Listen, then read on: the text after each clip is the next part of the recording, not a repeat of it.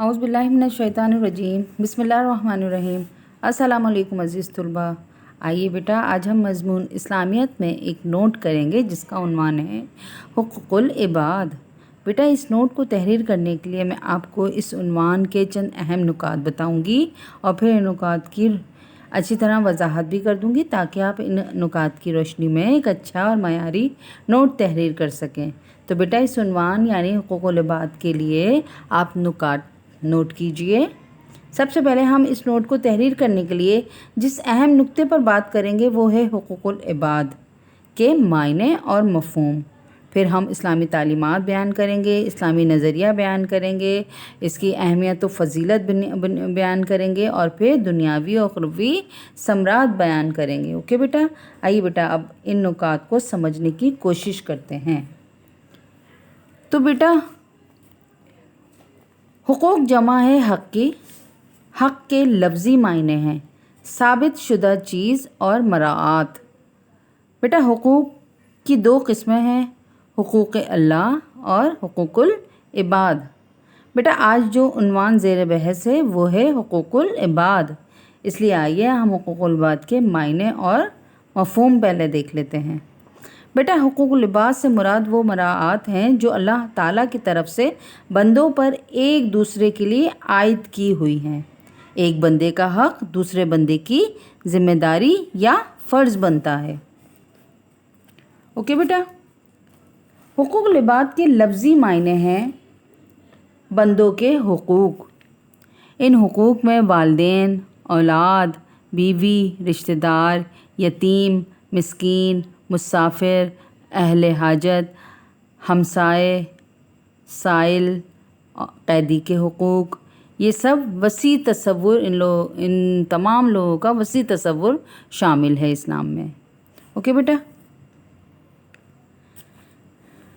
किसी भी माशरे की खुशहाली और तरक्की के लिए ज़रूरी है कि अल्लाह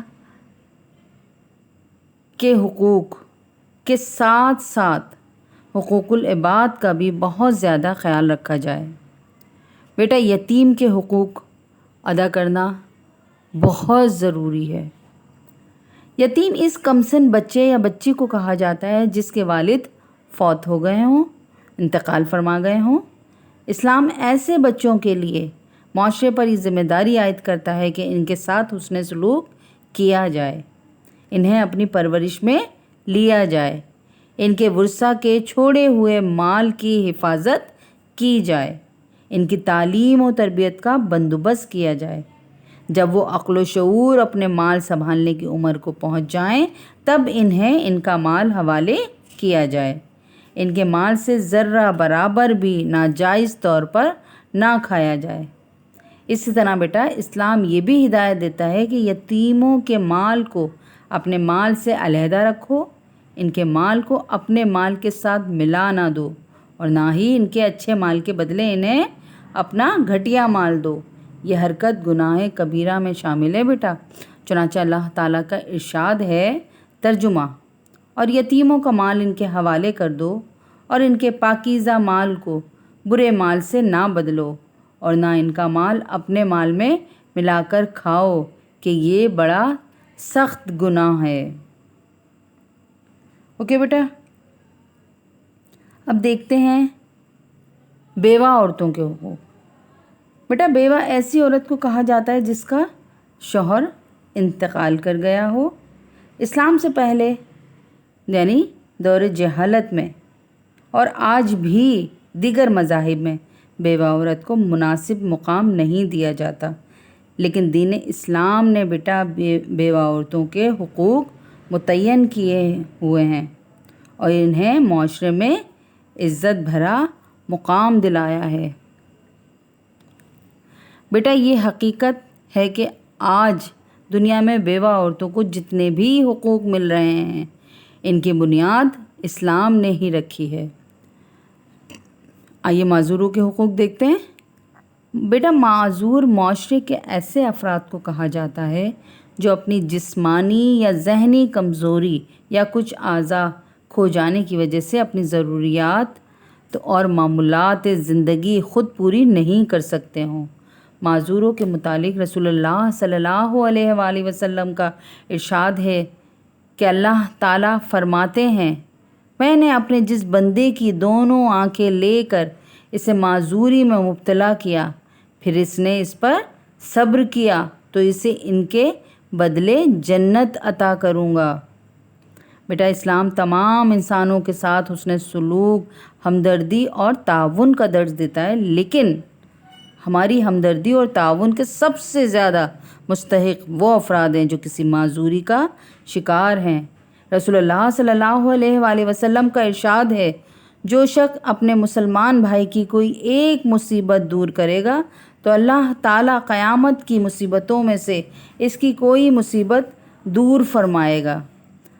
حضور صلی اللہ علیہ وآلہ وسلم نے یہ بھی فرمایا، کسی بھولے بھٹکے کو یا کسی نابینا کو راستہ بتانا بھی صدقہ ہے۔ اوکے بیٹا، اب دیکھتے ہیں مسافروں کے کیا حقوق ہیں۔ بیٹا مسافر ایسے شخص کو کہا جاتا ہے جو کسی کام کاج یا ضرورت و حاجت کی وجہ سے گھر سے دور چلا جاتا ہے۔ مسافر انسان اپنے گھر سے دور رہنے کی وجہ سے وقتی طور پر آرام و آسائش سے محروم رہتا ہے۔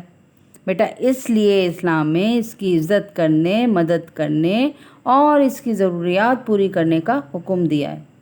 قرآن مجید نے جن لوگوں کے حقوق ادا کرنے کا حکم دیا ہے، ان میں مسافر کا حق ادا کرنے کی بھی تاکید کی ہے۔ ترجمہ دیکھیے ایک، تو اہل قرابت اور محتاجوں اور مسافروں کو ان کا حق دیتے رہو۔ اوکے بیٹا،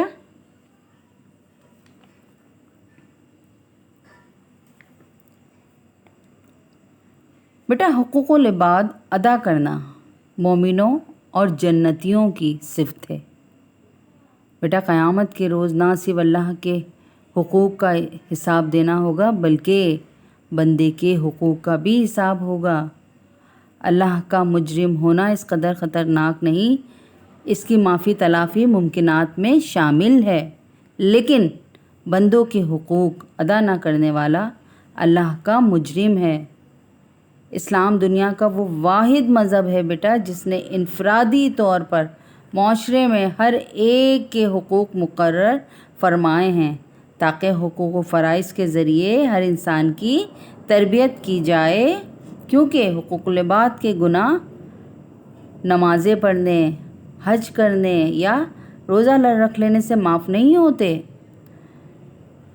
لوگوں اور رشتہ داروں کو بھی اپنے معاشرے کے غریب افراد کی خوشیوں میں ہمیں ہمیشہ شریک رکھنا چاہیے۔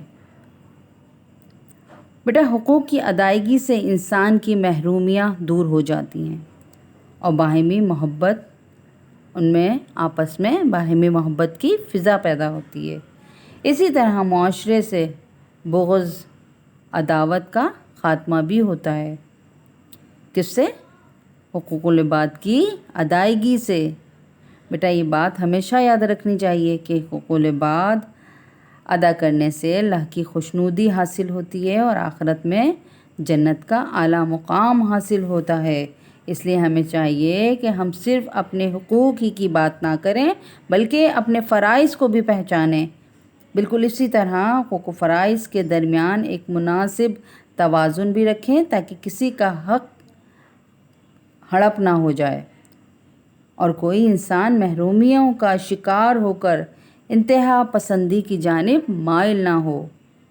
کہ بیٹا اللہ تعالی ہم سب کو حقوق العباد ادا کرنے کی توفیق عطا فرمائیں تاکہ ہماری دنیا اور آخرت سنور جائے۔ کہ بیٹا آمین۔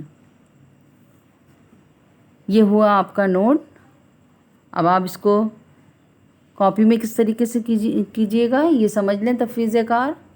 بیٹا آپ پہلے نوٹ کا ٹائٹل پیج بنائیں گے اور تمام کی پوائنٹس جو اہم نکات میں نے آپ کو دیے ہیں اس کو ٹائٹل پیج کی ایک خوبصورت کریٹیوٹی اس پیج کو آپ